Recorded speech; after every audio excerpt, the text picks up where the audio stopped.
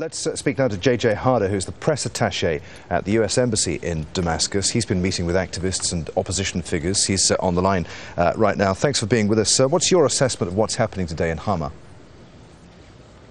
Well, I think what you've seen today is the Syrian government has shown its back against the wall, and it's resorting to absolutely some desperate last-ditch attempts at trying to save itself. I mean, it's just full-on warfare on its own people.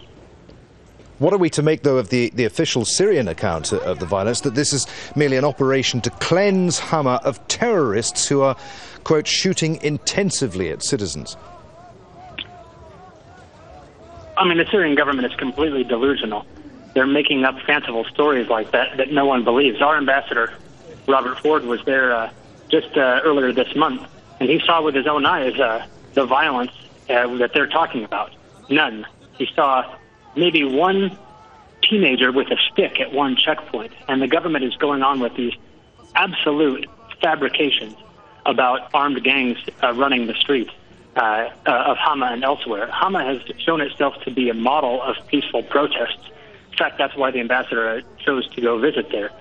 And at the same time, we realized that it's not just Hama today. It's Deir ez-Zor, it's Ma'adamiyya, and Rif Damascus. This is a coherent, planned attack by the Syrian government.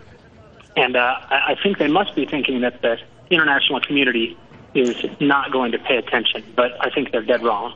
All right, so you mentioned the U.S. ambassador who, along with the French ambassador, broke protocol and went to Hama. On the subject of the international community, why isn't, I mean, the U.S., your government in particular, doing more to support the opposition in Syria in the way that it's done perhaps in Libya and at least in terms of pressure, somewhat late in the day, in Egypt?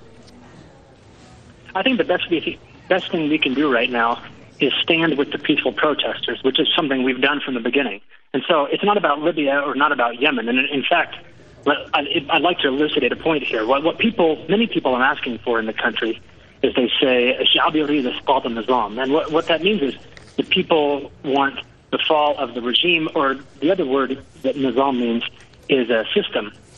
And what people here are crying out for, what they're protesting, they don't just want Bashar al-Assad to get on a plane to Zimbabwe. They want the complete dismantling of the pervasive, intimidating, manipulative security apparatus that runs this country.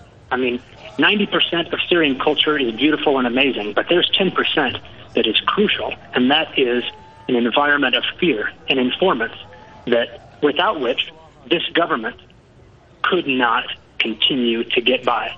And that's what these people are standing for in the street, and that's who we're standing with.